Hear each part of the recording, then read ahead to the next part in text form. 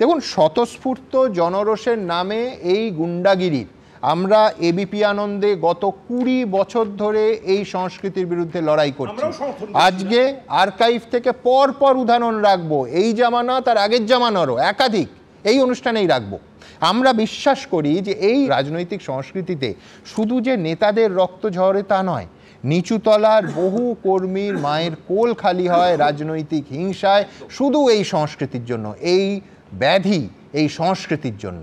কিন্তু তরুণ জ্যোতির কাছে অবশ্যই আমার প্রশ্ন থাকবে যে এই ধিক্কারযোগ্য ঘটনাতেও হিন্দু মুসলমান ফ্যাক্টর হয় কি করে? সাংসদকে মেরে রক্তাক্ত করা দুষ্কৃতীরা যদি হিন্দু হতো, ধরুন রতন মণ্ডল বা হিমাংশু হাজরা নাম হতো তাদের, তাতে ডিগ্রি অফ ক্রাইমটা তো হুবহু একই থাকতো, এই ঘৃণ্য ঘটনাটা সমান ঘৃণ্য থাকতো। এটা আমি আপনি সবাই একমত হব, তরুণ একমত হবে নিশ্চিন্তে আমি বলতে পারি। আজ বিজেপির বিধায়ক মনোজ ওরাওঁকে যারা মারল, তারা তো তরুণ তোমাদের ভাষায় কোট আনকোট ওই বিশেষ সম্প্রদায়ের মানুষ নয়। তাতে কি ওই অপরাধটা লঘু হয়ে যায়? যায় না তো। এই কুৎসিত ঘটনাতেও হিন্দু মুসলমান ভেদ করা হবে কেন?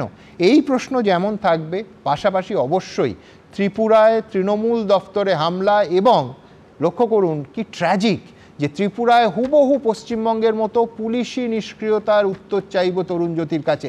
কেন পাশাপাশি বসালাম ত্রিপুরা এবং পশ্চিমবঙ্গকে?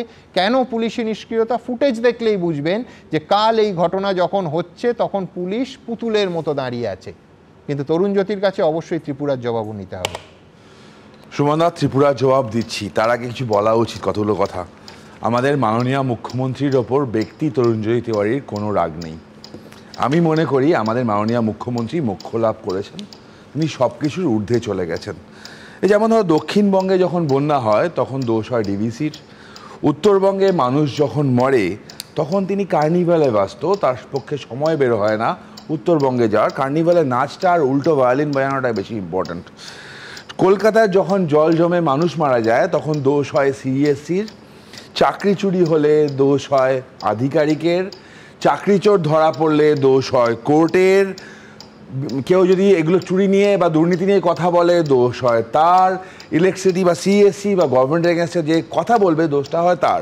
মুখ্যমন্ত্রী একদম ধবধবে ফর্সাখানায়, তার কোনো দোষ নেই, তিনি একদম মোক্ষ লাভটা করে নিয়েছেন।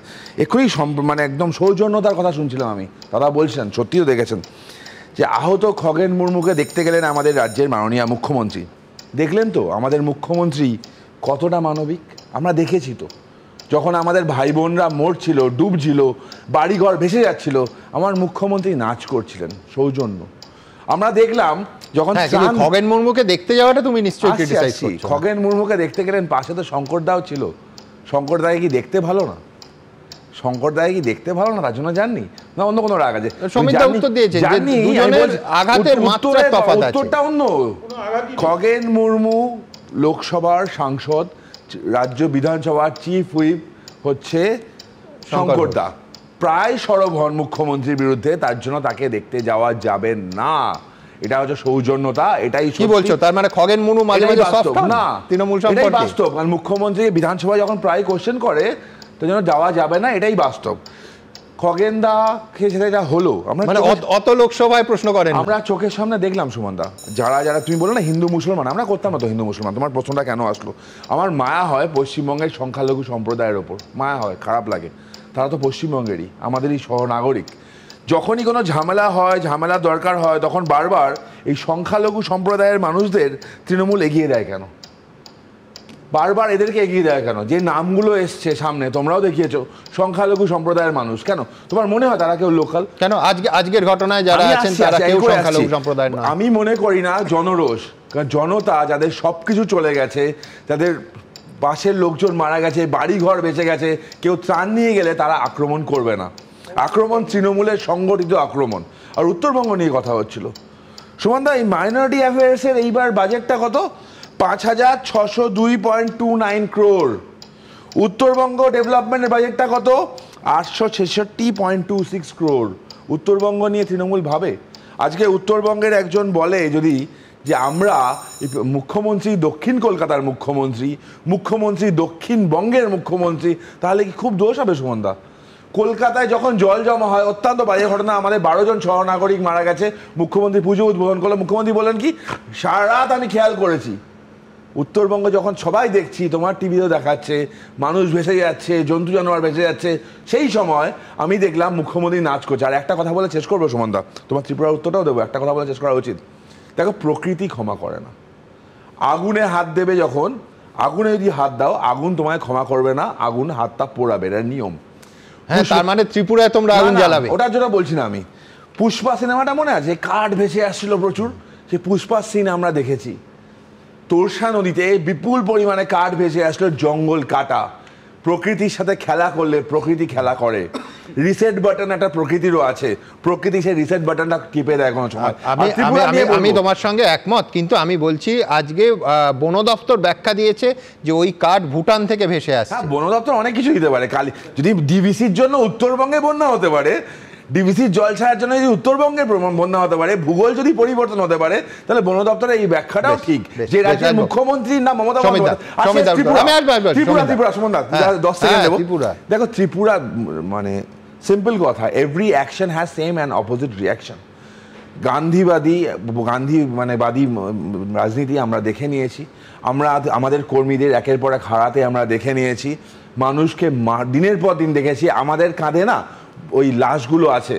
ত্রিলোচন মাহাতোকে মনে আছে প্রথম বলি, আমাদের লাশগুলো আছে। কিন্তু আমি বলছি তার মানে ফুটবল ম্যাচে স্কোরের মতো হবে, ত্রিপুরায় একটা গোলমাল হবে, পশ্চিমবঙ্গে একটা হবে, তার পাল্টা হবে ত্রিপুরায় হলো, তার পাল্টা হবে পশ্চিমবঙ্গে, এই চলতে থাকবে। আর দুটো জায়গাতেই মায়ের কোল খালি হবে। সমীর চক্রবর্তী, জনরোষ হবে তো এবার। আমি তরুণ জ্যোতির একটা কথার উত্তর দেবো। ও বলছে যে প্রচুর কাঠ ভেসে এসছে, ঠিক, সেটা আবার আপনিও বললেন যে সেটা পুলিশ বলেছে যে প্রকৃতির উপর আক্রমণ। এই জিনিস কিন্তু আমি উত্তরাখণ্ডেও দেখেছি।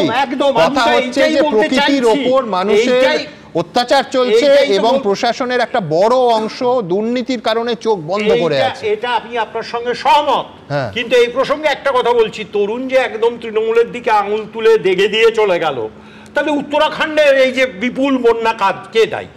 এক, আরে মানুষ তাদের কে দায়ী? পাঞ্জাব হিমাচল ভেসে চলে গেছে, কারা দায়ী?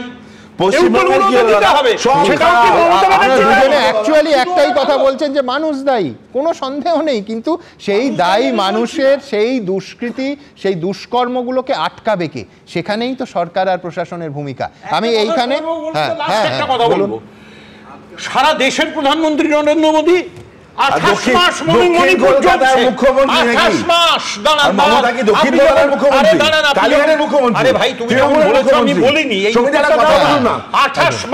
মণিপুরে গেছে, কার ব্যর্থতা?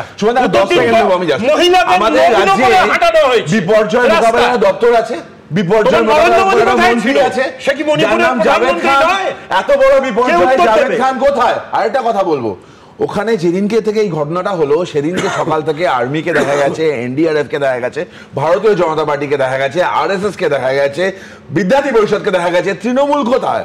ওরা অপেক্ষা করছে কি দুর্যোগ হয়েছে, ত্রাণ আসবে, চাল আসবে, তৃণমূল আসবে, চুরি করবে, চুরির জন্য অপেক্ষা করছে।